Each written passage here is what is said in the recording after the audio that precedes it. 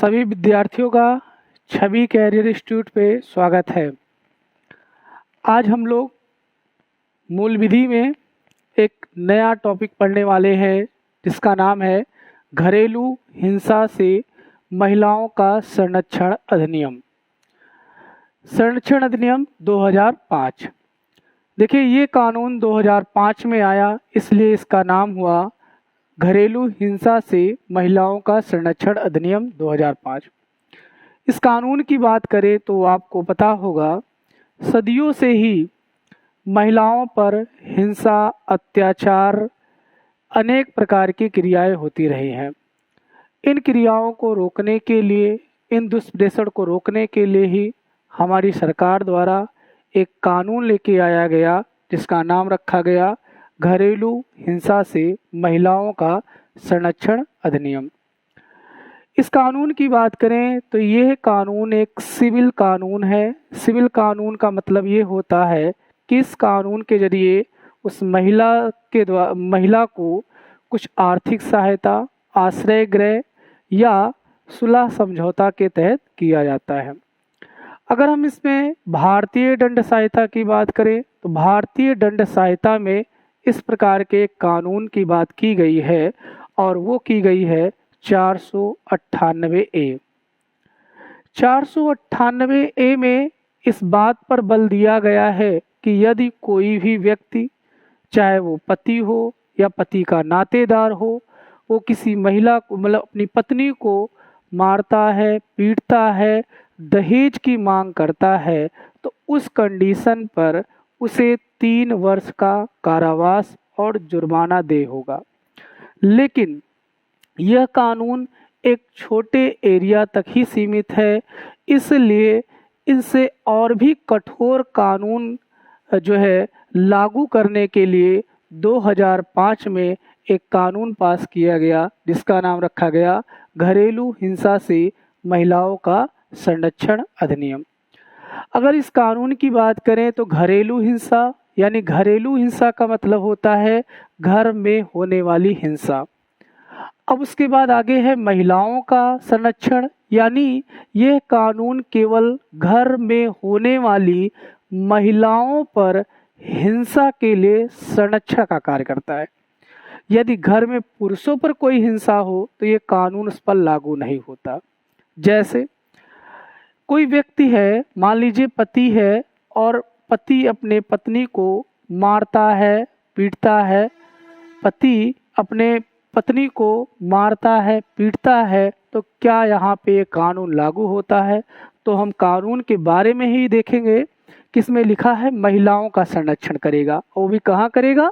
घर में करेगा। तो इसका मतलब घर की बात है, तो इसका मतलब यहाँ पे ये कानून लागू होता है।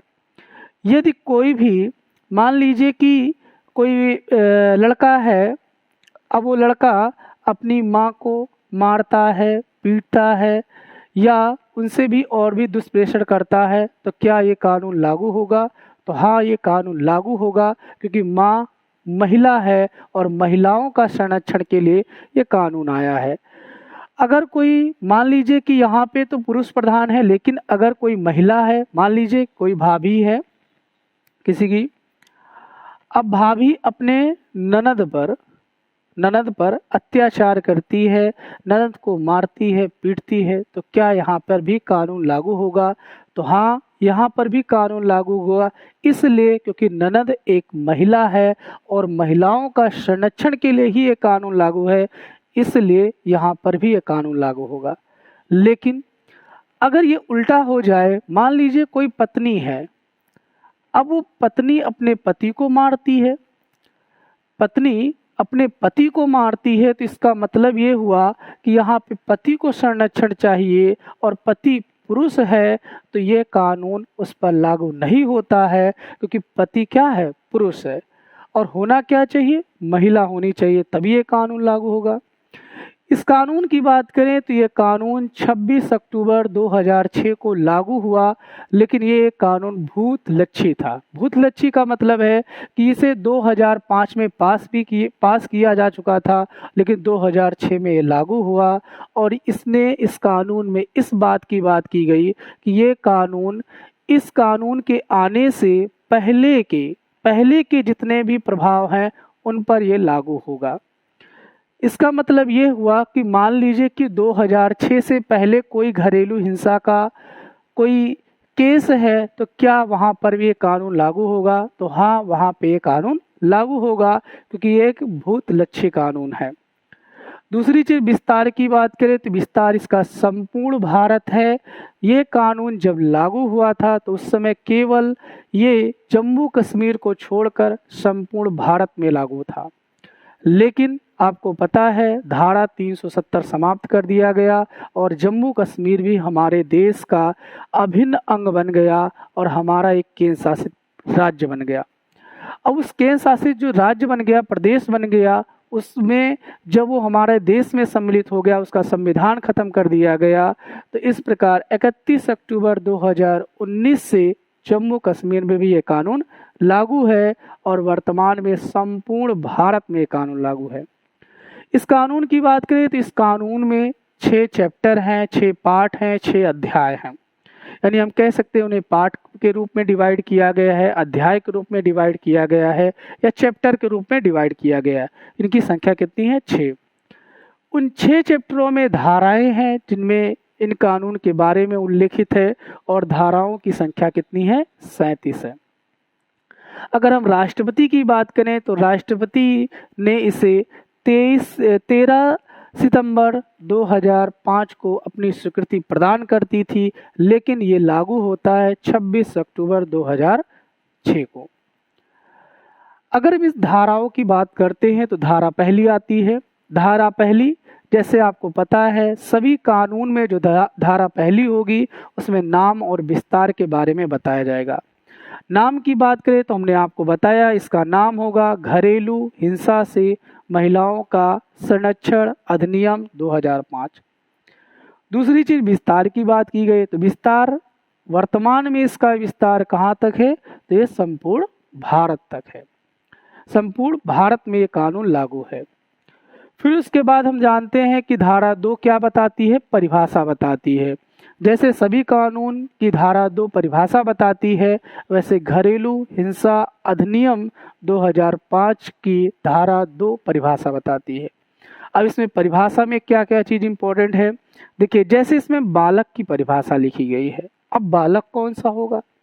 तो आपको पता है कि हमारे देश में 18 साल से नीचे के व्यक्ति अवयस्क माने जाते हैं और 18 साल से ऊपर के व्यक्ति वयस्क के रूप में माने जाते हैं, जिन्हें मताधिकार का भी जो है मिला हुआ है। लेकिन जो 18 साल से नीचे हैं उन्हें जो अवयस्क माना जाता है, उन्हीं को इसमें बालक का रूप कहा गया है। यानी बालक वह व्यक्ति है जो 18 साल से कम उम्र का है। अब यहाँ पे परिभाषा क्यों बालक की दे दी गई? बालक की परिभाषा इसलिए दे दी गई कि मान लीजिए कोई बालक है और उसकी उम्र 18 साल से नीचे है, वो अपनी माँ को मारता है, अपनी माँ को मारता है, तो क्या यहाँ पे कानून लागू होगा? तो यहाँ पे कानून लागू नहीं होगा।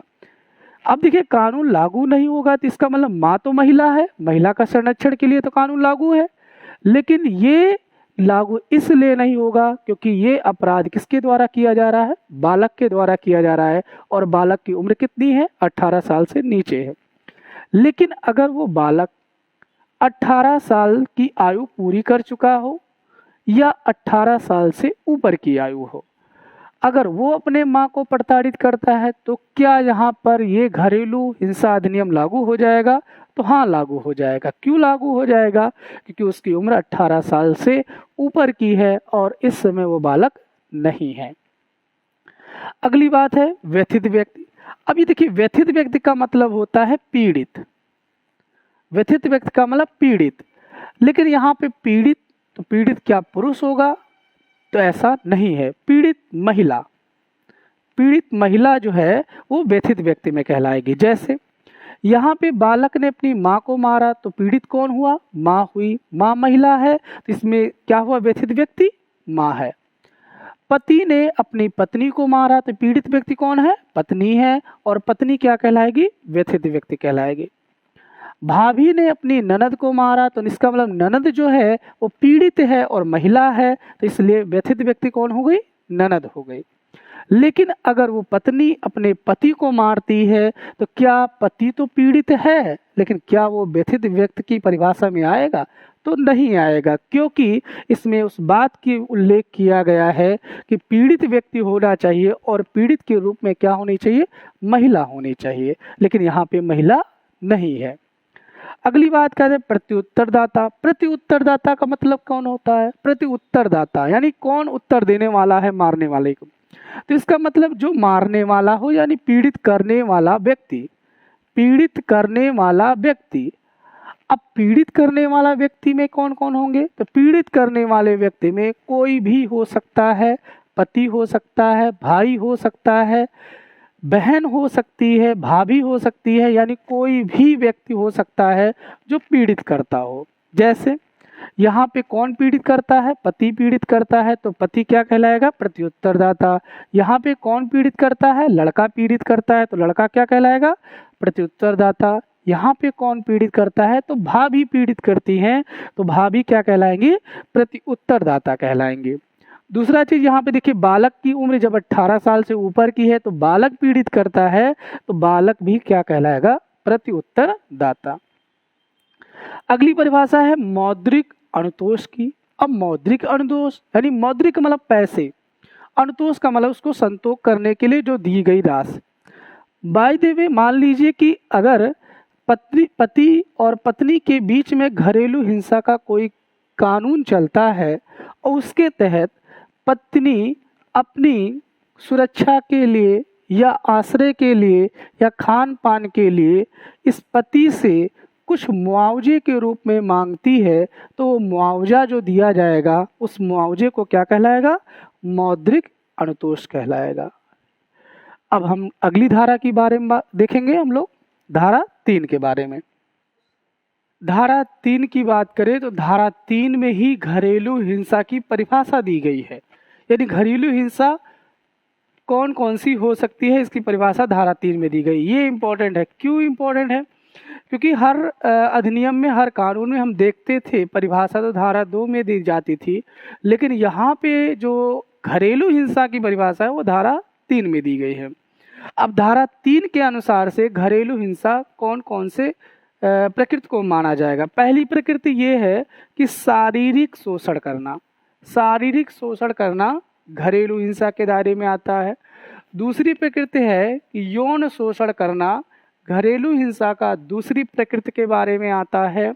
तीसरा मौखिक एवं भावनात्मक शोषण करना, ये तीसरी प्रक्रिया में आता है। चौथी प्रक्रिया की बात करें तो आर्थिक शोषण आता है, यानी यदि कोई भी व्यक्ति किसी महिला जो घरेलू नातेदार से संबंधित है उसका शारीरिक रूप से, यौन शोषण के रूप से, मौखिक या भावनात्मक शोषण के रूप में या आर्थिक शोषण करता है, तो वो घरेलू हिंसा की परिभाषा के अंतर्गत आता है और उस पर घरेलू हिंसा से महिलाओं का संरक्षण अधिनियम 2005 लागू होगा और उसके विरुद्ध कार्रवाई होगी। अगर हम पहली बात करें शारीरिक शोषण क्या है, जैसे किसी महिला को मारना है, पीटना है, ठोकर मारना है, थप्पड़ मारना है, यानी उसको शारीरिक पीड़ा देना है किसी अन्य प्रकार से भी। मान लीजिए आप किसी यंत्र से उसको मारते हैं या कोई लाठी डंडे से महिला को मारते हैं, तो यहाँ पर भी शारीरिक पीड़ा के अंतर्गत आएगा और इसके तहत घरेलू हिंसा से महिलाओं का संरक्षण अधिनियम 2005 लागू होगा। अगली बात करें यौन शोषण। यौन शोषण का मतलब अश्लील साहित्य, जैसे आप जानते हैं व्यापार करना, यहाँ पे तस्वीरें दिखाना। दूसरा है अस्वीकार लैंगिक करना, दुर्व्यवहार करना और भंग करते हुए अपमानित करना, तिरस्कार करना, यानी अपमानित करना यानी बुरा भला कहना, तिरस्कार करना, ये सभी चीज़ें जो होती हैं वो यौन शोषण के अंतर्गत आती हैं और इस पर घरेलू हिंसा से महिलाओं का संरक्षण अधिनियम 2005 लागू होगा। अगली बात करें मौखिक और भावनात्मक शोषण। मौखिक और भावनात्मक मतलब मौखिक मतलब बोलने वाला, और भावनात्मक मतलब कोई चित्र वगैरह या कुछ भी चीज़ें इमेज वगैरह दिखा करके। देखिए इसमें क्या है, अपमान करना, गालियाँ देना, यानी किसी महिला को आप गाली देते हो और उस महिला का संबंध घरेलू नातेदारी से है तो वहाँ पर यह कानून लागू होगा। दूसरा चीज़ है चरित्र आचरण। चरित्र आचरण का दुष्प्रोहण करना, उसे बुरा भला कहना सबके सामने। विवाह के लिए बाध्यता, यानी उस महिला से विवाह करने के लिए विवश करना। मनपसंद व्यक्ति से विवाह ना करने देना, यानी किसी महिला को आप अगर उसका घरेलू नातेदार से आप संबंधित हैं और उस महिला का विवाह करने से मना करते हैं तो आप घरेलू हिंसा अधिनियम के तहत आते हैं। अगला है संतान ना होने पर अपमानित करना, जैसे बहुत लोग हैं बांझ है ये सब कहते हैं, तो यहाँ पर भी घरेलू हिंसा अधिनियम लागू होगा। अगला है नौकरी छोड़ने के लिए बाध्य करना, यानी यदि मान लीजिए कि महिला कोई नौकरी पेशा व्यक्ति है और उसकी नौकरी छोड़ने के लिए आप उस पर कठोर कार्रवाई करते हैं तो ये भी घरेलू हिंसा अधिनियम में आएगा। और चौथी चीज़ की बात है आर्थिक शोषण। आर्थिक शोषण का मतलब है रोजगार चलाने के लिए रोकना, यानी रोजगार चलाने के लिए, यानी महिला के द्वारा कोई भी रोजगार चलाया जा रहा है, चाहे कुटीर उद्योग का रोजगार चलाया जा रहा हो, सिलाई कढ़ाई या और भी ब्यूटी पार्लर से अगर अलग से और भी चीज़ें की जा रही हैं, अगर उसे रोका जाता है तो वो आर्थिक शोषण के अंतर्गत आएगा। घर के किसी भी भाग में जाने से मना कर देना या घर से भगा देना, यानी घर से भगा देना वो भी आर्थिक शोषण के अंतर्गत आता है। जैसे बहुत सारे केस देखे गए हैं, इसमें महिलाओं को घर से भगा दिया जाता है, बेदखल कर दिया जाता है, ये कौन सा शोषण माना जाएगा? आर्थिक शोषण माना जाएगा। तीसरी बात है किराया ना देना, भरण पोषण के लिए पैसे ना देना, यानी उसको खाने पीने के लिए या उसके ज़रूरत के हिसाब से उसको पैसे ना देना, ये भी आर्थिक शोषण के अंतर्गत आएगा और ये घरेलू हिंसा अधिनियम के तहत केस बनेगा। अब हमने कहा घरेलू नातेदारी से संबंधित अगर महिला है और उस पर आप शारीरिक शोषण, यौन शोषण, मौखिक और भावनात्मक शोषण या आर्थिक शोषण करते हैं तो वह घरेलू हिंसा अधिनियम यानी घरेलू हिंसा की परिभाषा में आता है। हमने कहा घरेलू नातेदार। अब घरेलू नातेदार क्या होता है? जैसे कोई व्यक्ति है, उसकी माँ है, बहन है, भाभी है, या उसकी पत्नी है, या उसकी बुआ है, यानी जो भी उससे रिलेटेड जो घर के जो भी संबंधित होते हैं, घर के संबंधित से कोई भी अलग अलग संबंध रखने वाले व्यक्ति हैं और वो महिला है तो घरेलू नातेदारी के अंतर्गत आएगा। जैसे आप मान लीजिए आपकी कोई वाइफ पत्नी है और पत्नी का कोई भी रिश्तेदार है, अगर उस पर क्या अत्याचार करते हैं तो क्या ये कानून लागू होगा? तो हाँ लागू होगा। क्यों लागू होगा? क्योंकि वो पत्नी की रिश्तेदार है, यानी आपकी भी रिश्तेदार है, यानी उसका भी वास्ता आपके घरेलू नातेदारी से है, इस प्रकार उस पर भी ये कानून लागू होगा। अब हम अगली धारा की बात करेंगे, धारा 4 की बात करेंगे। धारा 4 की बात करें, धारा 4 में ये लिखा है संरक्षण अधिकारी को घरेलू हिंसा की सूचना। अब संरक्षण अधिकारी कौन होता है? तो राज्य सरकार द्वारा घरेलू हिंसा से संबंधित केस को रोकने के लिए हर जिले में और हर जिले में लगभग संरक्षण अधिकारी नियुक्त किया जाता है। अब इस संरक्षण अधिकारी को कोई ना कोई सूचना देगा, तभी तो संरक्षण अधिकारी घरेलू हिंसा अधिनियम के तहत केस दर्ज करेगा। तो ये सूचना कौन कौन दे सकते हैं? तो सूचना में कोई भी व्यक्ति। अब कोई भी व्यक्ति का मतलब क्या है? या तो स्वयं पीड़ित व्यक्ति है, मान लीजिए पीड़ित महिला है, वो सूचना दे सकती है। पीड़ित व्यक्ति का कोई भी नातेदार है, मान लीजिए पीड़ित व्यक्ति का कोई भी नातेदार, उसका भाई है या बहन है या उसकी सास है या कोई भी व्यक्ति है तो वो सूचना दे सकती है। या एनजीओ, एनजीओ का मतलब है कि जैसे आप जानते हैं स्वयं सहायता समूह के तहत एक एनजीओ कार्य करता है और वो भी घरेलू हिंसा से संबंधित सूचनाओं को संरक्षण अधिकारी को दे सकता है।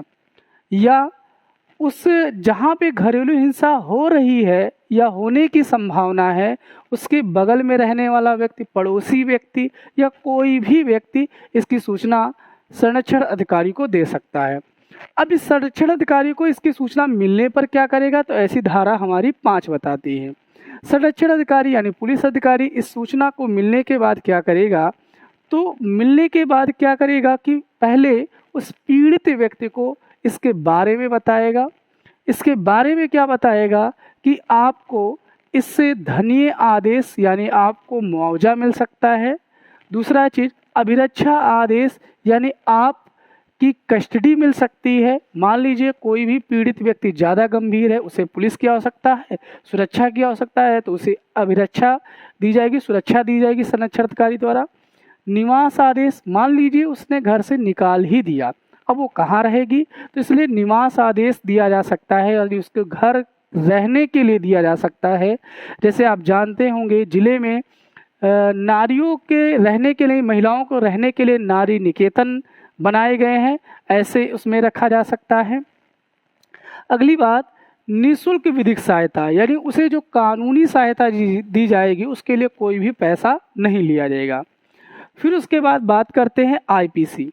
उसको ये भी बताया जाएगा कि यदि आपका मान लीजिए सुलह नहीं होता है और आप आपराधिक के तहत ये मुकदमा दर्ज कराना चाहते हैं, तो हमारे आईपीसी में 498 ए में एक धारा है और उस धारा में ये लिखा है कि यदि पीड़ित व्यक्ति को यानी महिला को किसी पति द्वारा, भाई द्वारा या किसी के द्वारा भी उस पर अत्याचार, मारपीट, गाली गलौज ये सब किया जाता है, तो उसके विरुद्ध कार्रवाई की जाएगी और उसे 3 साल तक सजा दी जाएगी। ये भी संरक्षण अधिकारी बताएगा। अगली बार करें धारा 8। धारा 8 में ये बताया गया है संरक्षण अधिकारी की नियुक्ति। अब संरक्षण अधिकारी की नियुक्ति कौन करेगा, तो संरक्षण अधिकारी की नियुक्ति राज्य सरकार के द्वारा की जाएगी, प्रत्येक जिले में की जाएगी। अब इसमें संरक्षण अधिकारी कौन हो सकता है, तो हमने आपको बताया पीड़ित महिला हो सकती है और महिला अपनी जो व्यथा है वो पुरुष से उतना नहीं बता सकती है, तो इसलिए जहाँ तक संभव हो संरक्षण अधिकारी के रूप में महिला की, किसी न किसी महिला की नियुक्ति की जाएगी। अगली धारा 9 की बात करें, धारा 9 में संरक्षण अधिकारी के कार्य है। अब संरक्षण अधिकारी कार्य क्या करेगा, पहली चीज़ तो वो अपने मजिस्ट्रेट को इसके बारे में सूचना करेगा। फिर उसके बाद वो घरेलू हिंसा से संबंधित रिपोर्ट दर्ज करेगा। तीसरी बात, मान लीजिए कोई महिला है, उसको मारपीट के दौरान उसका सर फटा है, तो क्या वो रिपोर्ट जारी करेगा या उसे ये चीज़ें बताएगा, तो उसके लिए क्या करेगा, तुरंत मुफ्त चिकित्सा सुविधा उपलब्ध कराएगा। सुरक्षित आश्रय गृह दिया जाएगा उसे, जैसे नाम ने बताया नारी निकेतन, एनजीओ का कोई भी आश्रय गृह, जैसे वृद्धावस्था वाले वृद्धाश्रम बनते हैं, मान लीजिए ऐसे ही कोई भी आवास दे सकता है। अगली धारा 11 की बात करें, धारा 11 में सरकार के कर्तव्य बताए गए हैं। अब सरकार क्या करेगी, सरकार केंद्र स्तर पर महिलाओं की सुरक्षा के लिए राष्ट्रीय महिला आयोग का निर्माण की है और राज्य स्तर पर महिलाओं की सुरक्षा के लिए राज्य महिला आयोग का निर्माण किया है। और इन दोनों का जो गठन है, जिसमें केंद्र स्तर पर राष्ट्रीय महिला आयोग का गठन केंद्र सरकार और राज्य स्तर पर राज्य महिला आयोग का गठन राज्य सरकार करेगी।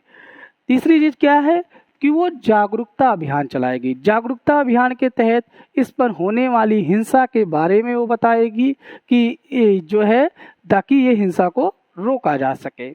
हम अगली धारा की बात करते हैं। अगली धारा है, अगली धारा की बात करें तो धारा 12 आती है। धारा 12 के अंतर्गत मजिस्ट्रेट को आवेदन।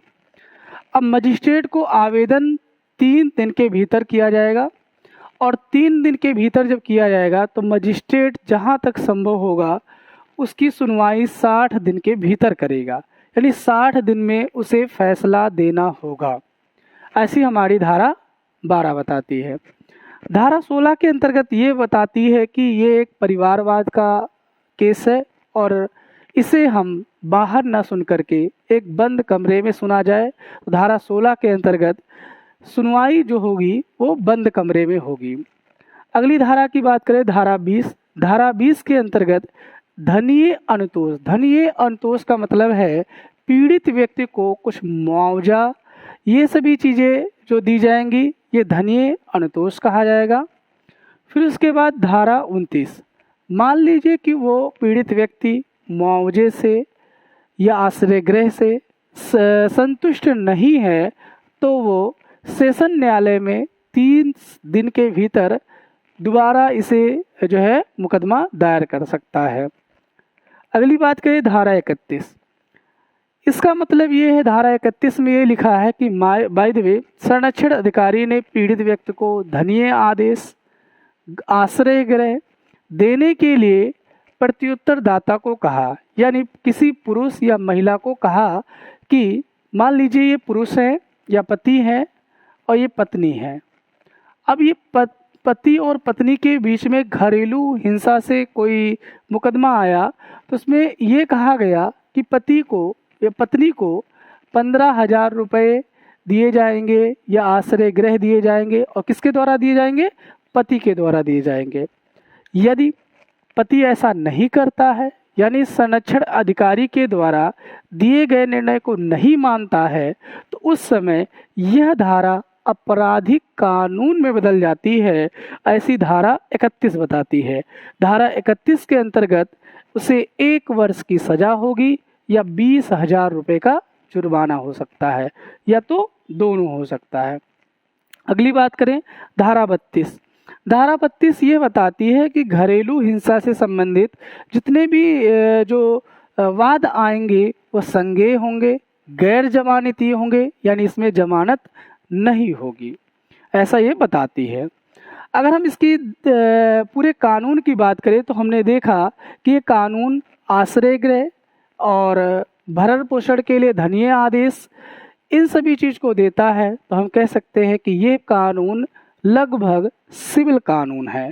लेकिन हम अगर आईपीसी की बात करते हैं तो आईपीसी में हर कानून एक आपराधिक कानून है और अपराध माना जाता है और उसके लिए सज़ा दी जाती है।